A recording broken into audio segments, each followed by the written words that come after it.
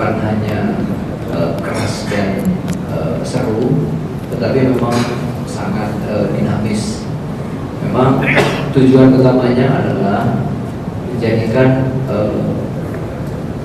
liga ini dijadikan satu lokomotif yang baik menuju transformasi sepak bola Indonesia sesuai dengan apa yang dicita-citakan kita semua, sesuai dengan tatanan dan roadmap yang dilakukan PSSI bersama dengan FIFA. Nah, yang jauh lebih penting sebenarnya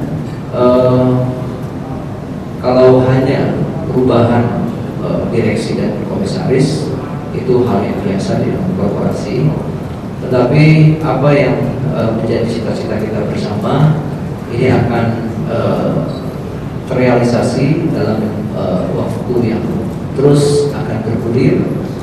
Beberapa program yang kita jalankan itu sesuai dengan apa yang sudah dicita-citakan oleh sepak bola Indonesia. Mulai dari sistem kompetisi yang teman-teman semua sama-sama pahami bahwa akan ada yang namanya regular series dan juga champion series. Ini lebih meningkatkan daripada aspek competitiveness dan juga dari sisi industrialisasi. Hal lain, ada beberapa program yang sebenarnya mungkin agak jarang bahkan tertinggal dari apa yang selama ini sepak bola Indonesia lakukan, utamanya di Liga, kaitannya dengan penyelenggaraan kompetisi di strata di bawahnya yang inline dengan sistem persepakbolaan di liga-liga pada umumnya, seperti penyelenggaraan Elite Pro Academy baik U20 plus ya, itu plusnya itu ada artinya, di mana ada seperti di liga-liga pada umumnya reserve team yang bisa memanfaatkan pemain di tim utama dengan slot dan regulasi tertentu. Kemudian di Elite Pro Academy U18, begitu pun juga dengan U16. Teman-teman klub itu sepakat bahwa golden age pemain sepak bola sekarang sudah bergeser dari dahulu di 27 tahun ke atas sampai dengan 28, 29, dan 30. Sekarang ini kalau kita lihat etalase di beberapa klub maju memang sudah bergeser, angkanya udah lebih muda, artinya di 22, 23, dan 24. Sehingga transformasi yang dicanangkan menjadi cikal bakal perbaikan daripada kualitas pemain Indonesia ini akan bisa terrealisir dengan sistem kompetisi yang baik, terstruktur, kemudian juga tepat waktu dan tidak lagi berubah-ubah seperti yang lalu. Ya, tentunya semuanya ini harus ada kemauan baik dari pemangku kepentingan dan ada interaksi dengan pihak kepolisian yang besok itu akan kita lakukan kesepakatan bersama di Mabes Polri. Mudah-mudahan ini belum berubah, karena satu harian penuh ini saya nggak membaca WA, nggak buka handphone. Kalau memang tidak ada perubahan sampai dengan hari ini, sore besok kita akan bersepakat dan akan ada penjelasan yang lebih rigid dari pihak kepolisian kaitannya dengan sinergi kita dan transformasi yang akan kita lakukan secara bersama-sama. Nah, memang tadi yang Pak Kompi sampaikan, saya sendiri sebenarnya sudah merasa cukup membawa Liga dalam 6 bulan terakhir ini ke arah yang sudah pas, artinya ke transformasi sesuai dengan apa yang dicita-citakan oleh PSSI untuk Indonesia. Hangat sekali tadi, bukan hangat tapi keras tadi, yang menjadi catatan saya bahwa kita semua harus memang bergandengan tangan, ya, mulai dari struktur kepengurusan. Kalau yang lalu itu ada 3-4 direksi, sekarang kita lebih slim, tapi semua pekerjaannya betul-betul lebih tertata dengan baik. Ada satu direksi yang barangkali bukan wajah baru, tetapi sudah sangat gandrung di sepak bola Indonesia, itu Bapak Asep Saputra sebagai Direktur Operasional. Kemudian Pak Menabri, ya, ini menjadi profesional yang datangnya daripada klub untuk sama-sama membangun bersama saya di direksi yang lain. Kemudian saya menambahkan bagaimana transformasi yang dilakukan kaitannya dengan 2 mantan menteri yang diinginkan oleh teman-teman pemegang saham untuk klub, yaitu Bapak Zainuddin Amali sebagai perwakilan dari PSSI yang juga mantan Menpora, kemudian Pak Muhammad Lutfi, mantan Menteri Perdagangan yang juga menjadi komisaris independen, dan satu perwakilan dari juara musim kompetisi 2022 dan 2023, yaitu Bapak Sadikin Aksa. Nah, mudah-mudahan ini menjadi satu koreksi yang baik bagi teman-teman media. Jika ada hal-hal yang tidak barangkali terlewat dari kami, kita selalu siap untuk bisa mendapatkan kritikan untuk kebaikan sepak bola kita. Dari saya mungkin itu, dari Pak Sadikin, bisa dibilang gongnya dari apa yang bisa kita expose, utamanya adalah tentang jadwal detail.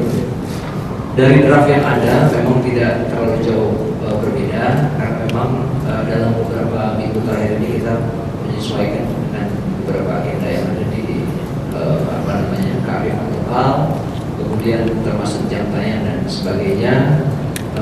Juga termasuk yang lebih penting lagi adalah tentang kepastian dari TV broadcast ini yang sangat ditunggu-tunggu, sehingga nilai komersialisasi itu karena ada kepastian tadi benar-benar bisa mendapatkan satu bentuk promo atau promosi yang baik bagi TV broadcast, sehingga value dari liga ini juga bisa akan meningkat.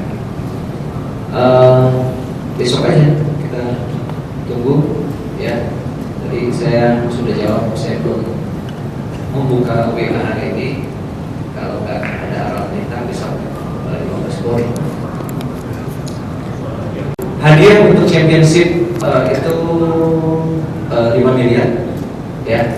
Kalau regular series itu rasanya sangat bombastis, karena memang kita membuat tier yang berbeda dari yang lalu-lalu, di mana ada fix kontribusi yang lebih besar dari yang lalu, ya. Kemudian ada namanya variable kontribusi, di mana itu membuat aspek kompetitif di dalam memberikan hadiah bagi klub masing-masing. Nomor 1 dari ranking, ya, terbaik akan mendapatkan nilai yang lebih besar sampai dengan yang ranking ke-15, 16, 17, 18, 0, karena akan degradasi, ya. Sehingga pundi-pundi finansial atau politik hadiah yang kita rancang itu benar-benar bisa dibilang 3 kali dari fix kontribusi yang didapatkan, sehingga ke depan ini rasanya klub akan mendapatkan manfaat yang sangat luar biasa. Terus yang lain lagi dari sisi aspek komersial terhadap rating dan share, ini kita kita berikan apresiasi kepada klub dengan hadiah tadi. Nilainya sangat fantastis, ya, sangat fantastis. Jadi kalau 5 miliar itu tidak ada apa-apanya, Pak, ya, karena memang yang kita berikan, yang kita sudah planningkan berdasarkan revenue yang kita dapatkan, itu kita kembalikan untuk memberikan manfaat secara komersial bagi klub semua. Itu. Yang pertama adalah tadi yang kita sudah sampaikan dan Pak Dir juga bertugas, kita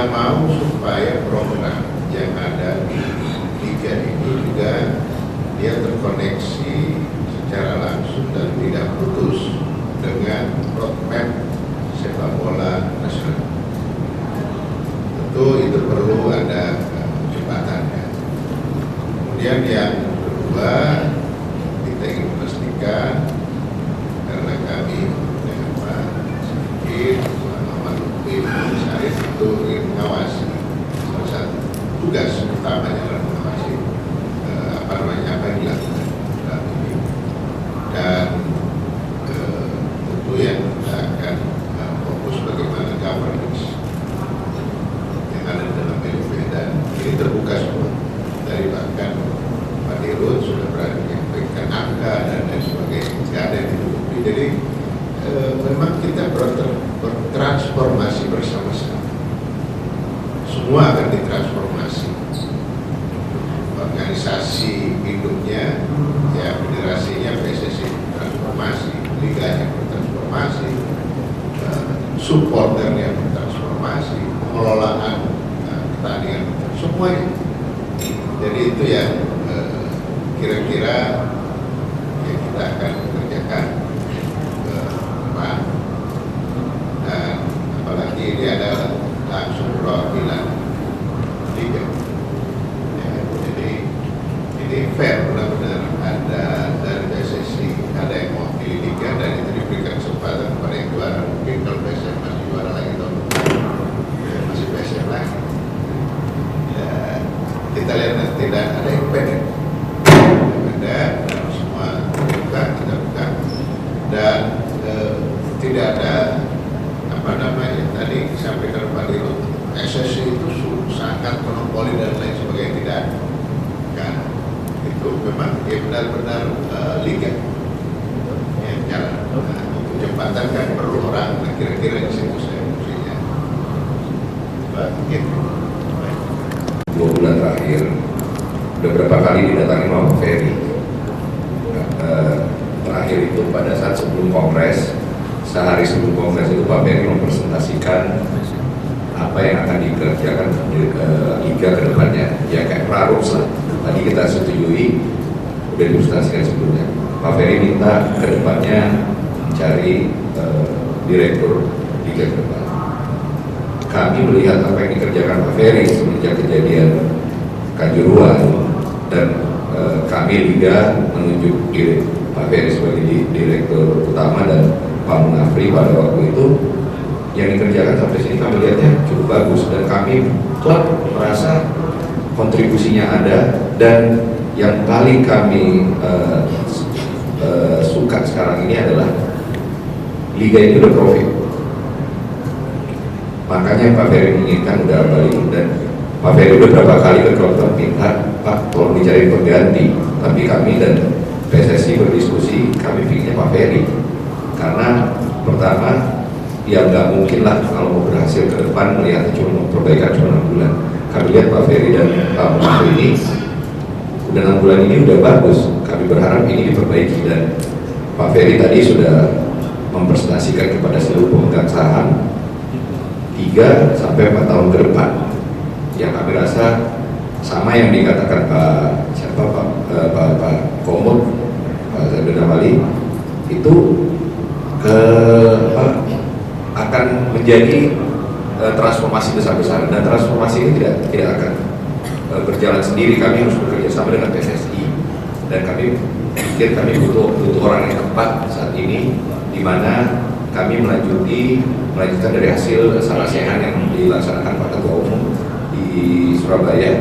Permintaan dari klub itu tidak banyak sebenarnya. Permintaan pertama kita itu adalah jadwal yang pasti. Selama ini jadwalnya hanya keluarnya biasanya 1 minggu sebelum liga dimulai. Alhamdulillah kali ini draft itu keluar 1 bulan.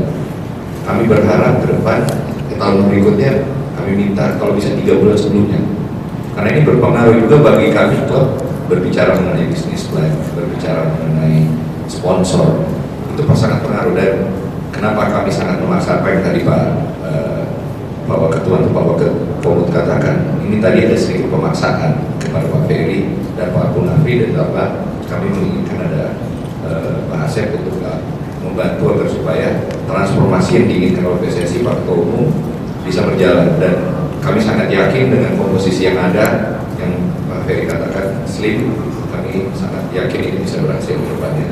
Dan ya ini permintaan klub tadi, dan Pak Komo tadi juga katakan ini sudah terbuka. Eranya dengan kami dengan pemegang saham, klub dan PSSI ini terbuka dan saling diskusi. Disinilah yang apa namanya azas akuntabilitas, ya, sehingga setiap reporting yang kita berikan bukan hanya reporting yang sifatnya highlight, tapi detail yang kita berikan kepada apa namanya pemegang saham. Yang dibilang detail ini rasanya titik koma dari setiap expenses dan juga revenue yang kita dapatkan itu ada temannya. Kalau katakanlah pendapatan rupiah, backupnya apa? Ya, backupnya adalah kontrak. Backupnya adalah apa namanya betul-betul terlihat di dalam transaksi reporting keuangan baik rekening dan sebagainya. Sehingga itu yang kami sampaikan kepada pemegang saham. Selain memang transparansi tadi, ya, kemudian kita juga bukan kita membentuk yang namanya audit, internal audit. Kita punya internal audit, kemudian ada komparasi atau backup lain dari audit dari independen. Sehingga apalagi ini udah era globalisasi, jadi mudah sekali dideteksi dan nggak bisa istilahnya dimodifikasi atau di video tracing. Rasanya apa yang teman-teman belum tadi sampaikan, apalagi tadi banyak pakar-pakar keuangan, ya, ada Teddy yang Pak Teddy misalnya bekas PricewaterhouseCoopers, ya, kemudian ada beberapa pemegang saham yang juga backgroundnya adalah orang-orang keuangan, gitu. Jadi nggak bisa kita di dalam menata laporan atau merepresentasikan norma keuangan itu nggak ada dasarnya. Nah, sehingga itu yang membuat kita semua jadi terbuka matanya bahwa dengan adanya transparansi tadi, kemudian governance yang Pak Amal tadi sampaikan, ini menjadikan kita semua juga mudah nanti melihatnya, ya. Apalagi Liga ke depan punya cita-cita juga bisa melantai di bursa, ya. Karena kalau melihat proyeksi mungkin 3-4 tahun ke depan, rasanya ini menjadi satu bentuk capital yang baik di dalam market nantinya. Itu. Jadi pertama, bahwa direktur operasional itu bukan tidak ada, personil yang berubah. Dahulu adalah Pak Sujarno sebagai direktur operasional, sekarang adalah Pak Asep Saputra. Jadi itu kan. Terus yang kedua, masalah kontribusi. Kontribusi yang selama ini ada itu adalah namanya kontribusi fix kontribusi, di mana fix itu nilainya katakanlah rupiah, diberikan tiap-tiap bulan. Kali ini A+, artinya jauh lebih besar dari yang lalu dan kita berikan sama persis seperti apa yang selama ini diterima. Yang pertama itu artinya dari sisi income klub meningkatnya nggak sedikit, ya. Meningkatnya cukup signifikan. Yang kedua, bahwa Liga menganggap dan pemegang saham merasa perlu memberikan apresiasi kepada semua klub yang memiliki prestasi.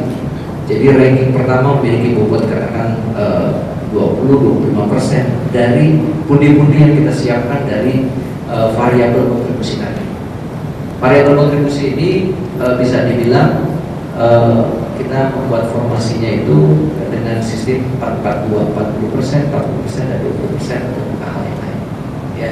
Nah, formasi ini kita canangkan ranking dari tiap-tiap klub itu gradingnya tadi 1-15.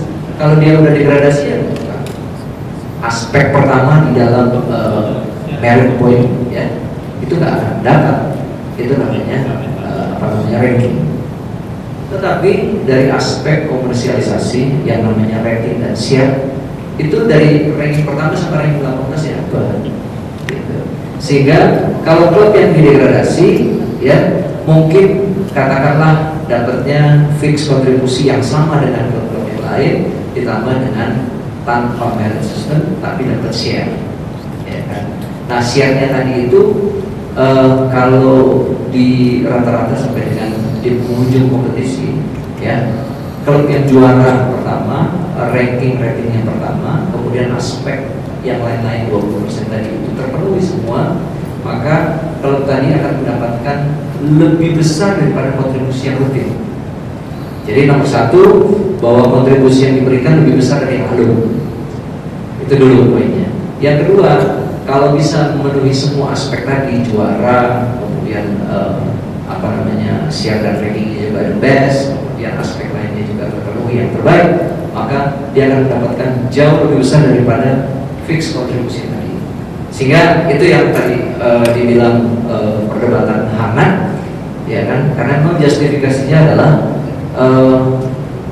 kita punya kontra sign dengan namanya sumber-sumber revenue yang kita dapatkan, baik yang existing, begitu juga dengan aset atau sumber-sumber revenue yang kita monetize dari apa yang ada dan kita sudah berkontrak.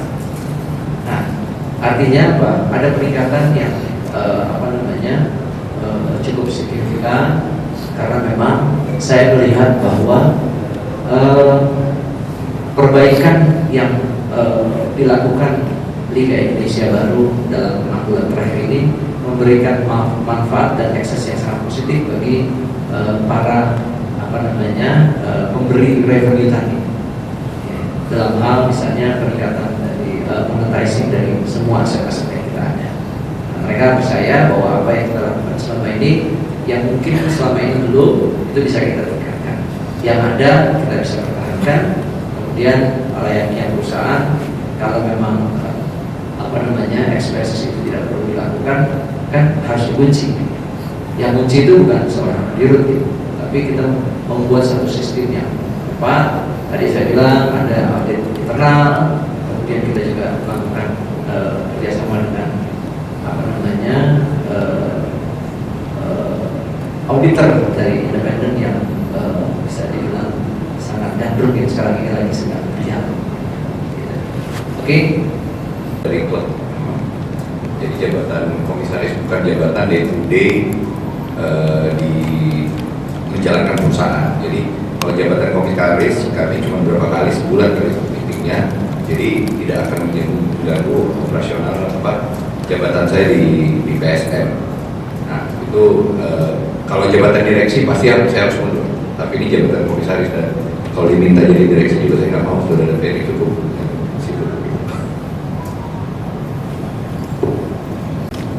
Tadi belum lengkap sebenarnya yang Pak sedikit sampaikan.